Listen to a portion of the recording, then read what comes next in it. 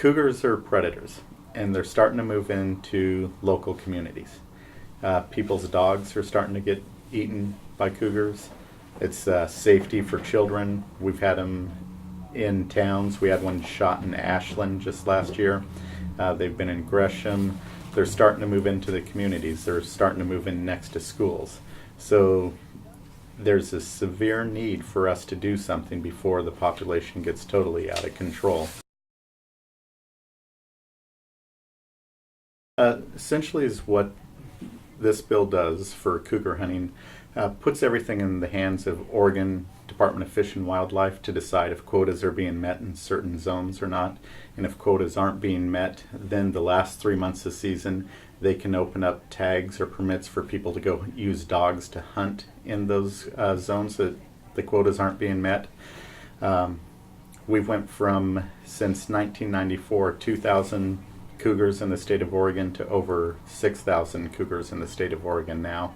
We're starting to see a lot of sightings in town, different places, and ODF&W has not met the quotas in one zone since they banned the use of dogs for hunting cougars. So we're seeing a severe overpopulation of cougars, and we're also starting to see a decline in our elk calves and deer in a lot of these zones that are really overpopulated by cougars. This bill should have a positive fiscal impact. I mean, it's not going to cost the state anything. They're going to make money off of this bill. So it'll actually be a revenue generator for the state of Oregon rather than costing the state money like we are now. Right now, we're currently paying $350,000 a year just to hunt cats, and we're not meeting the quotas that we need to for hunting these cougars.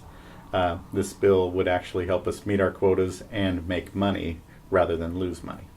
Basically to help control the population of cougars, so we have enough cougars in the state of Oregon so they're able to survive here and do well, but not to where we get overpopulated with them, because they have no natural predator in Oregon except for man. And we don't want to end up in the situation where they're in our homes, our communities, and killing our pets and our children. And that's where we're on the edge of right now, is they're starting to move into towns and communities, and they're threatening people at this point. The way a cougar would kill a human or another animal is cruel. Is what happens: they tree the cougar, they shoot the cougar dies. There's no torturing or nothing inhumane. It's no different than hunting deer or elk or anything else. To say it's inhumane would be wrong. It's actually a very humane process. And even with dogs, it is very, very tough to kill a cougar.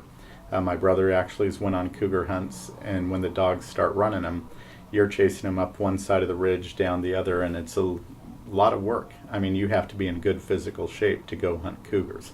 I myself haven't done it, and I'm not in shape to do it right now. I would have to start working out if I wanted to hunt cougars. So there's nothing inhumane really about the process of hunting cats. But what cats or cougars do to humans or would do to another animal, that I think people would find more inhumane than what we would do to them when we hunt them.